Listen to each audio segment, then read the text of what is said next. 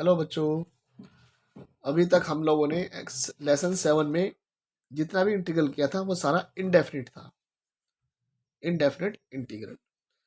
आज हम लोग डेफिनिट इंटीग्रल पढ़ेंगे।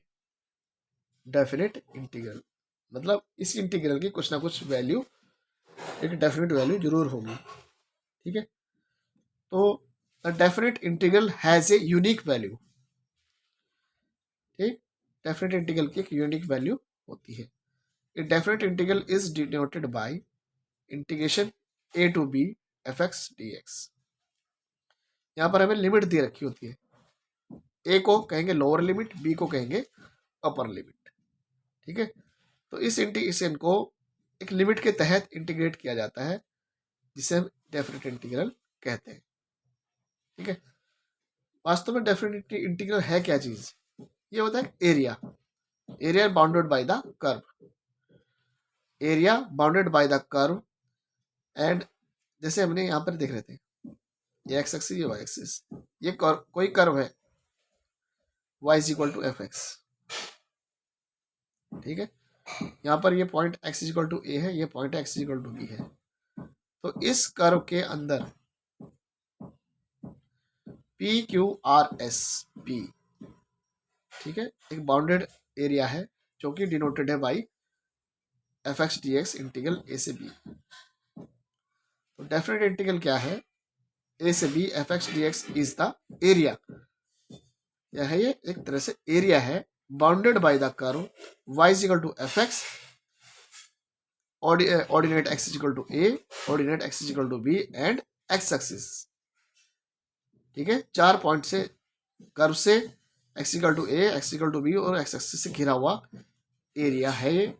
ठीक है, तो a से b integral F X D X is equal to area P Q R S P. ठीक है, तो डेफिनेट इंटीग्रल क्या है? एक तरह से ये वाला एरिया कवर कर रहा है। ठीक,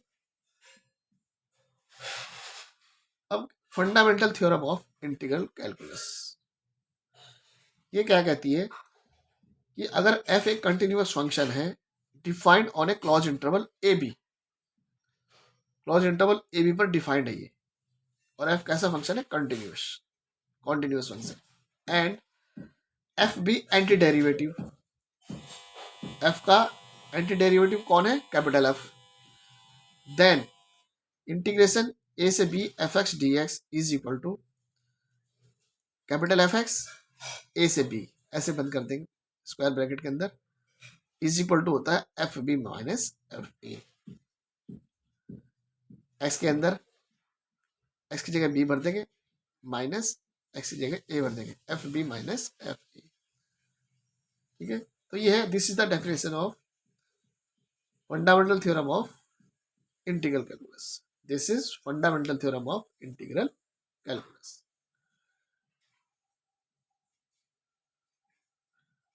तो क्या कहता है? ए से B F X D X is equal to, जब इसका इंटीग्रेशन हो जाएगा, इंटीग्रेशन क्या आया इसका? एफ एक्स, तो ये लिमिट भरेंगे फिर उसमें ए से बी, पहले बी वाली भरेंगे फिर ए वाली, F B minus F A, ये तुम्हारा फाइनल आंसर आ जाएगा।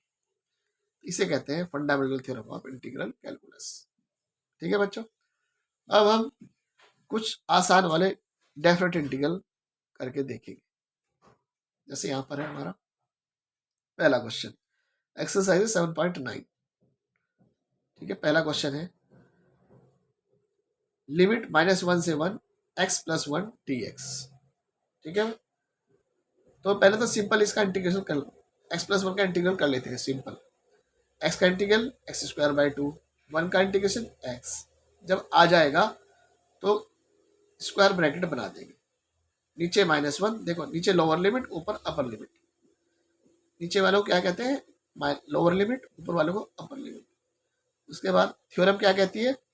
पहले अपर लिमिट भरो माइनस लोअर लिमिट भरो। तो अपर लिमिट क्या है? 1, पहले इसमें 1 भरो सारे में, तो 1 स्क्वायर बाई 2 प्लस 1, पहले 1 भर दिया, फिर आता है बीच में माइनस, ये आ गया माइनस।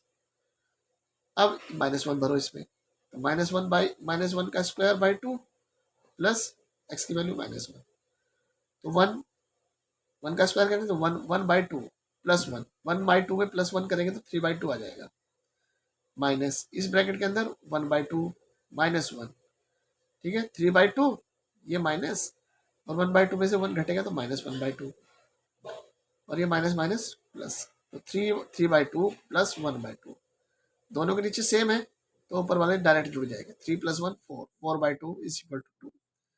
इसका मतलब इस इंटीग्रेशन की वैल्यू क्या आ गई, 2 आ गई, ठीक है। तो ये हमारा आंसर आ गया। अभी हमने क्या कहा था ऊपर कि डेफिनेट इंटीग्रल की एक डेफिनेट वैल्यू होती है, तो इसकी वैल्यू आ गई हमारी, दैट इज 2। ऐसे देखो क्वेश्चन नंबर 2 है, लिमिट है 2 से लेकर 3 तक 1/x dx। हमें पता है 1/x का इंटीग्रेशन क्या होता है, log x, तो पहले से हमने इंटीग्रेट कर दिया, log x आ गया, 2 और 3 लिख दिया लिमिट्स, तो log 3 माइनस log 2, पहले 3 भरेंगे फिर -2 भरेंगे, तो log 3 minus log 2, log 3 minus log 2 को क्या लिख सकते हैं, log 3/2। जब यहाँ माइनस होता है तो ये दोनों डिवाइड हो जाते हैं, अगर ये प्लस होता तो दोनों की इंटू हो जाती है 3 और 2 की, ठीक है, माइनस है तो 3/2, तो आंसर क्या हो गया हमारा, log 3/2, ठीक है। तो इस तरह से आसान है सारे क्वेश्चन। एक क्वेश्चन और देख रहा हूँ, क्वेश्चन नंबर 4, इंटीग्रेशन 0 से π/4 sin 2x dx, sin 2x का निकालना चाह रहे हैं, तो sin 2x का क्या होता है इंटीग्रेशन, माइनस cos 2,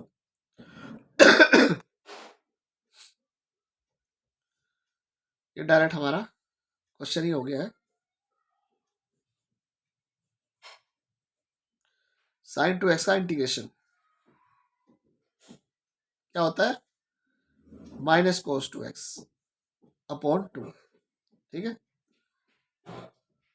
तो ये माइनस तो बाहर निकाल दिया, अपॉन 2 भी बाहर निकाल दिया, cos 2x को रखा अंदर, लिमिट क्या है 0 से π/4, ठीक, तो -1/2, पहले ये भरो, cos 2 into π/4 minus cos 2 into 0, पहले अपर लिमिट भरते हैं फिर माइनस लोअर लिमिट भरते हैं, ठीक है, तो 2 से 2 4 कटा तो π/2 हो गया, ये cos π/2 माइनस cos 0, cos 0 की वैल्यू क्या होती है 1, cos π/2 की वैल्यू क्या होती है 0, तो cos π/2 की वैल्यू 0 भर दी, -1, तो minus half into -1 that is positive 1/2, इस तरह से आंसर हमारा आ जाता है, ठीक है। अब जैसे इसी में ही 7.9 में ही क्वेश्चन नंबर 12 है, इंटीग्रेशन 0 से π/2 cos square x dx, cos square x का मेरे पास डायरेक्ट नहीं है, तो cos 2x का फॉर्मूला क्या कहता है, 2 cos स्क्वायर x -1, तो cos स्क्वायर x की वैल्यू क्या आ गई 1 + cos 2x/2, तो cos स्क्वायर x को रिप्लेस कर दिया हमने 1 + cos 2x/2 से, ठीक है, ये कर दिया जैसे पहले भी करते आते थे, तो 1/2 + 1/2 cos 2x, ये सब दोनों अलग अलग कर दिया हमने, 1/2, ठीक है, ये हो गया 1 dx, लिमिट क्या है 0 से π/2 प्लस 1/2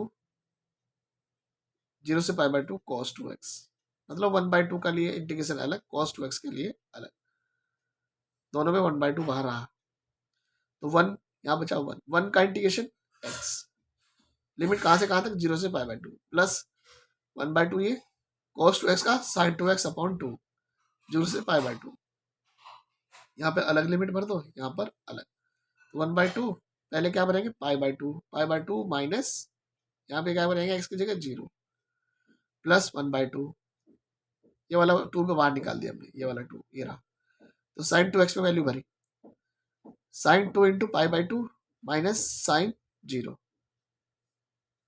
ठीक है, 2 से 2 कट गया, तो ये π/4 आ गया, पाई इंटू 2 इंटू 2 4, π/4, 1/4 ये रहा, साइन पाई की वैल्यू 0 होती है और साइन 0 की वैल्यू भी 0 ही होती है, तो ये कुल मिला के तो ये हो गया 0 कुल मिला के, ठीक है, तो हमारा आंसर आ गया π/4, π/4।